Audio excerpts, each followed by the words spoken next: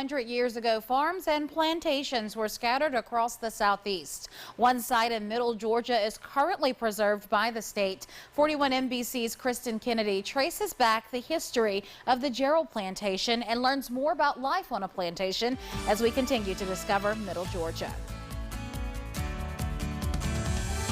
Among the countryside of Middle Georgia, tucked away in the wooded hills of Jones County, lies one of the state's old cotton plantations. The Jarrell family owned and operated this plantation for more than 125 years, donating it to the state of Georgia in 1974. The plantation's existence dates back to 1847, when John Jarrell and his wife Elizabeth Middlebrooks moved to the area. In the beginning, 19 slaves worked on the plantation, but over time, that number would grow above 40. Cotton was the main cash crop, but the Jarrells also found success growing sugarcane. This plantation actually survived a lot of hardships throughout the years, from Sherman's March to the Sea to the boll weevil destroying cotton production to the Great Depression and soil erosion issues. John Jarrell's son, Dick Jarrell, would keep the farm alive by introducing industrialization to its operations, specifically adding a steam engine to the plantation. They would have run a sawmill, a grist mill, a cotton gin, and a shingle mill out here using that steam engine.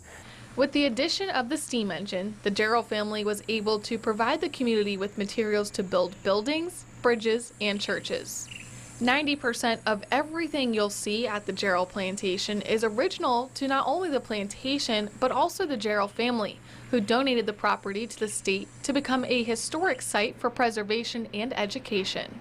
A lot of people have an image in their head from movies about what a working plantation would look like, and this is very different, I think, than what people expect, but I think it's a great representation of that time period. At the Jarrell plantation, a simple tour takes you back over 150 years to experience what life in the South would have been like on a cotton farm. In Juliette, Kristen Kennedy, 41 NBC News.